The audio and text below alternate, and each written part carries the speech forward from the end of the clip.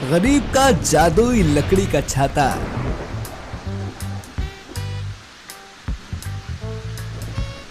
एक गांव में पिंकू नाम का एक लड़का अपनी मां रुक्मणी के साथ रहा करता था।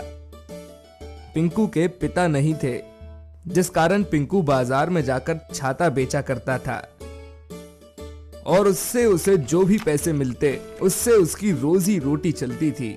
बारिश का मौसम आने ही वाला होता है। हमेशा की तरह आज भी पिंकू बाजार जाकर लोगों को छाता बेचने की कोशिश में लगा हुआ था। छाता वाला, छाता ले लो, माई छाता ले लो, छाता ठंडी गर्मी सब में काम आता है। छाता है चीज ऐसी जो धूप बारिश सब में बचाता। छाता ले लो, छाता। इसी तरह पिंकू पूरे गांव में घूमकर लोगों को छाता बेचने की कोशिश कर रहा था। तभी अरे ओ काका, छाता ले लो, देखो मौसम कितना सुहाना है, कभी भी बारिश हो सकती है। बेटा मौसम सुहाना है इसलिए तो छाता नहीं ले रहा हूँ। चलो आप मुझे 50 रुपए कम दे देना, कम से कम एक छाता तो ले लो। नहीं नहीं नहीं चाहिए, चलो आगे बढ़ो। पिंकू उदास होकर आगे बढ़ जाता है। तभी आसमान में काले बादल छा जाते हैं और रिमझिम फुहारे बरसने लगते हैं। सभी बारिश से बचने के लिए यहाँ वहां भागने लगते हैं। वहीं कुछ ही पल में पिंकू के पास ग्राहकों की भीड़ लग जाती है।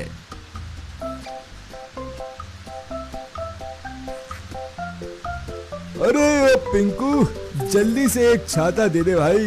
पहले 400 रुपए निकालो। पहले तो 350 में दे रहा था।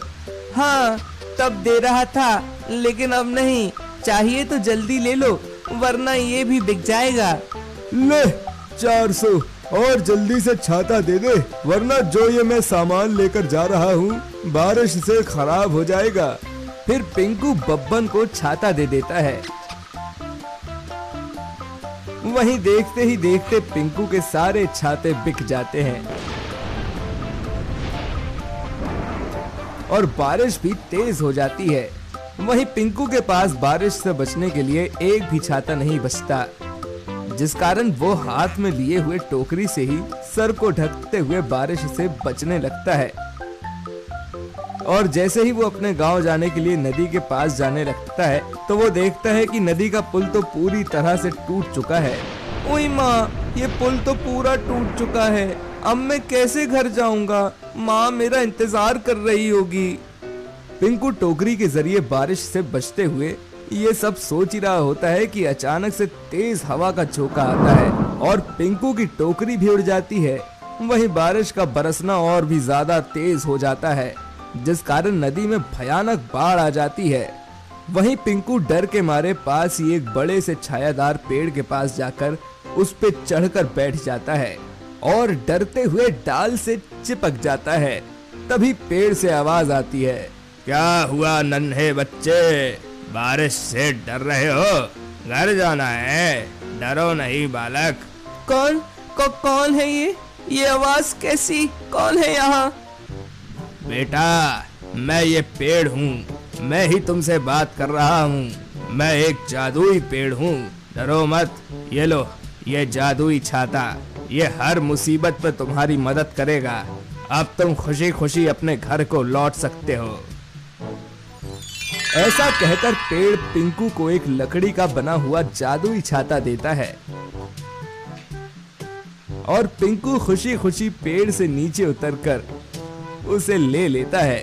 आपका बहुत बहुत शुक्रिया पेड़ देवता, इस नदी में तो बहुत ही ज्यादा बहाव है, ये छाता मेरी मदद कैसे कर सकता है? पिंकू ये सब सोच ही रहा होता है कि वो देखता है नदी के किनारे एक औरत बेहोश पड़ी थी।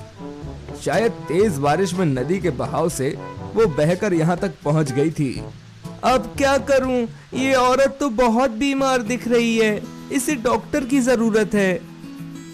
पिंकू इतना कह ही रहा होता है कि अचानक से छाता उल्टा होकर बड़ा हो जाता है और पिंकू फिर उस औरत को उस छाते में बिठाकर और खुद भी उसमें बैठकर छाते के साथ उड़ने लग जाता है और तेज बारिश में उन्हें जल्द से जल्द हॉस्पिटल पहुंचाता है। जहां डॉक्टर उस औरत का इलाज करते हैं। नन्हे बच्चे, अच्छा हुआ जो तुम इस औरत को समय से यहाँ ले आए, वरना इनकी जान भी जा सकती थी।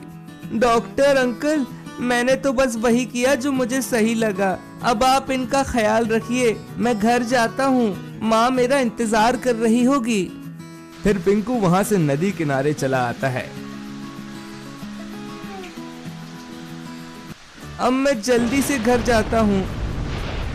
ऐसा सोचकर पिंकू नदी को पार करने की कोशिश ही कर रहा होता है कि तभी उसे पास में किसी के रोने की आवाज आती है।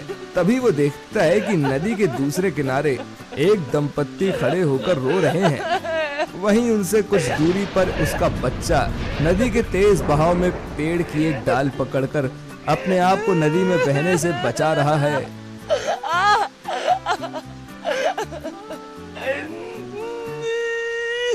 काकी, आप रोइए मत, मैं जल्दी से राजू को बचा लाता हूँ।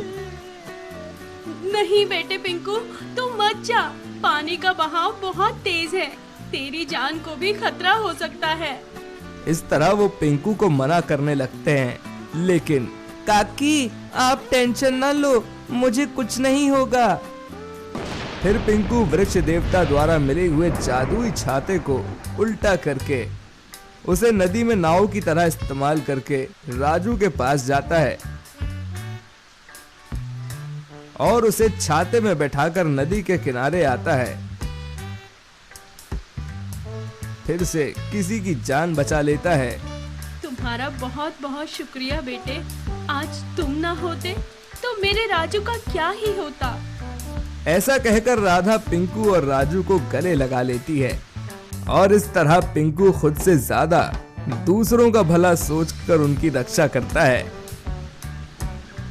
और फिर जादुई छतरी का धन्यवाद करते हुए खुद भी जादुई छतरी की मदद से घर चला जाता है।